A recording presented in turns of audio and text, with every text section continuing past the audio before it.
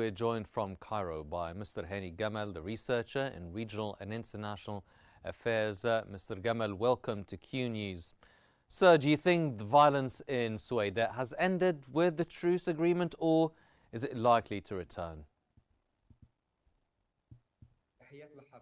My greetings to you and to your audience. I think that the deal in Suwaida is a beginning of an important phase for Syrian state. There is a difference viewpoints between the U.S. administration and Israeli administration in managing the Syrian file.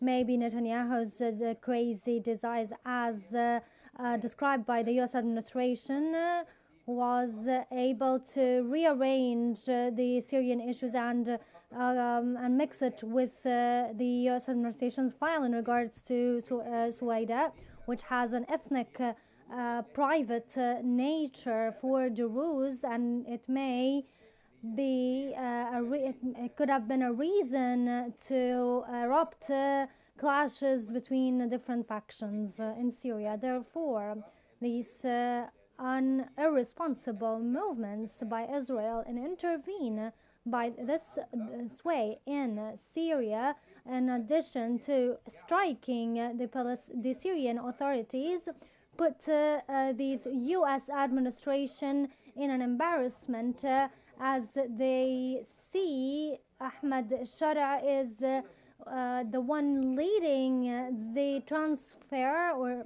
to a new Syria of unity. But the rush of Netanyahu and jumping from what is happening from Gaza to southern Syria made it complex. And what happened made by Israel embarrassed the Syrian state in returning to diplomatic path that the U.S. wanted. There is diplomatic efforts made by the U.S., Turkey, and Jordan and other Arab neighboring countries to de-escalate the situation, which made the U.S. envoy, who is the same ambassador to Turkey, to be more involved in this issue and to use some of his diplomatic tools in tackling the spiritual leaders to end the clashes between the Jews from one side and the Bedouin tribes from the other. In addition to his approval for ceasefire among all relevant parties and allowing Syrian security forces to be redeployed inside Suwaida to regain peace, which was agreed by all parties but by Israel to preserve their rights but not to surpass the U.S. strategies inside Syria, because mixing files may erupt or escalate the situation in Syria, especially that Syria is one of the corridors from Gulf to Europe and to the U.S. as a trade corridor. So de-escalation is in this geopolitical area is a very important demand for U.S. administration, who is trying to have a new coalition in this region and to have a grip over it. But the interference by Netanyahu may lead to erupt ethnic and sectarian clashes in this region, which would make this area a subtle to liquidation and then erupt the escalation among neighboring countries that warned against Ahmed al-Shara state. Well, sir, we will talk more about the Israeli involvement and if there will be more Israeli involvement in the coming period. But the Syrian Interior Minister's statement, he actually stated that calm has returned to Suwaida. Now, How do you view this statement in light of also the UK-based Syrian Observatory for Human Rights stating that and reporting that over 1,000 have been killed there in South Syria since last Sunday?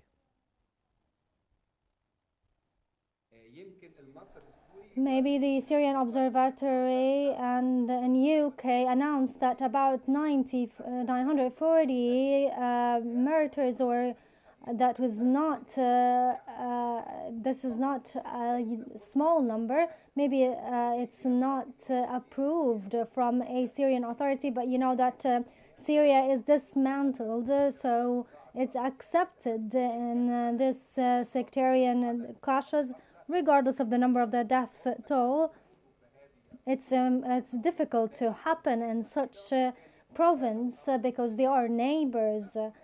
The interference of the statements of the internal ministry is followed by the report made by the National Committee of what is happening. And as I said, the most challenge is for Syria is to have the rule of law. If Ahmed al-Shara was able to implement the rule of law on all interference parties on Syria, whether from ethnic movements or any other parties, that was a gateway to Israel and many other countries. This is the focal point for this state.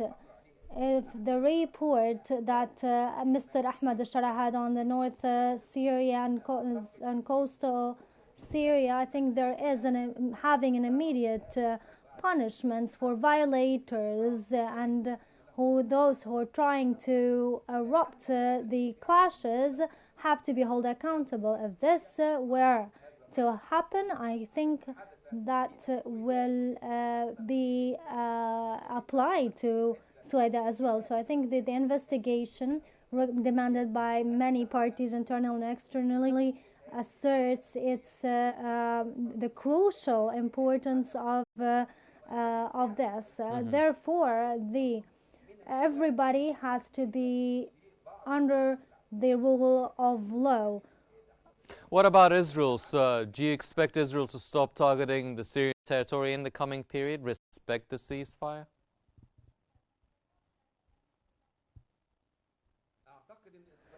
I think Israel will not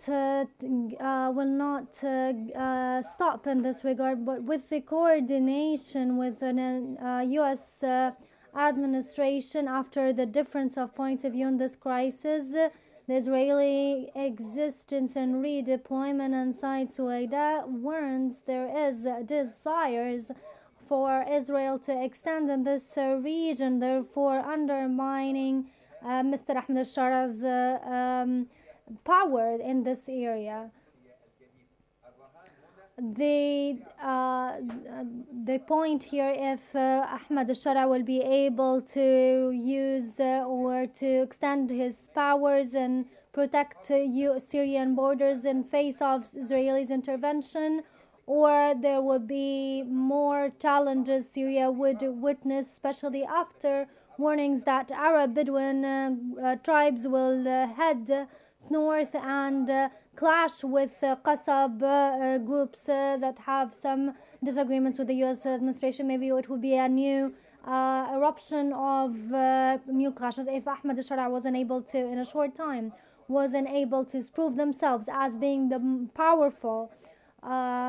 powerful authority. That would be a gateway for more Israel intervention, whether through military intervention or even rejection of security signed agreement between the Druze and Mr. Ahmed al-Shara, and use it as an urge to intervene. I think the timeline has to be has to be swift, and to find strong support from neighboring countries like Turkey and Gulf and the US, or to have security liquidation, because Netanyahu's movement will not depend on Israeli Knesset, because they are about to have the summer vacation, so Israeli movements will be individual without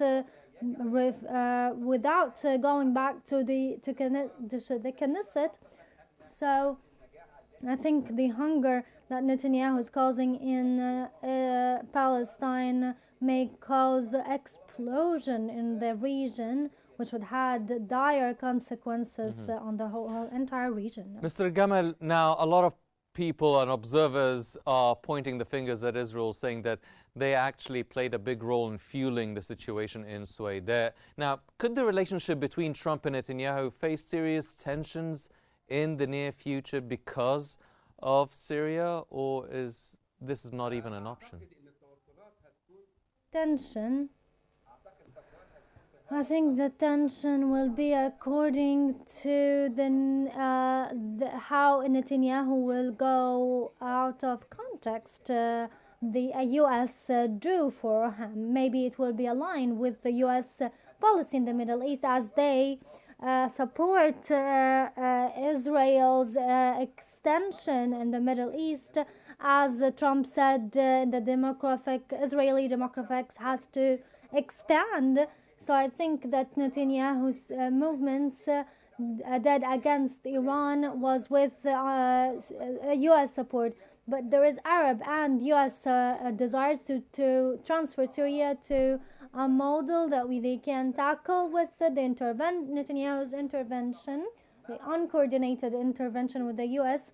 may cause these plans to fail for the Gulf and for the U.S. Therefore, they may use, Trump can use the heavy language against Netanyahu, because he can now pressure some parties to withdraw from Netanyahu's government. So therefore, he would put Netanyahu's government in a hardship. Therefore, doing a re-election next October. This crucial point asserted. Yes. Mr. Gamal, one quick question, because we are running out of time for this segment. What do you think of the Druze spiritual leadership requesting the government troops to withdraw from Sweden? Maybe this demand and request assert there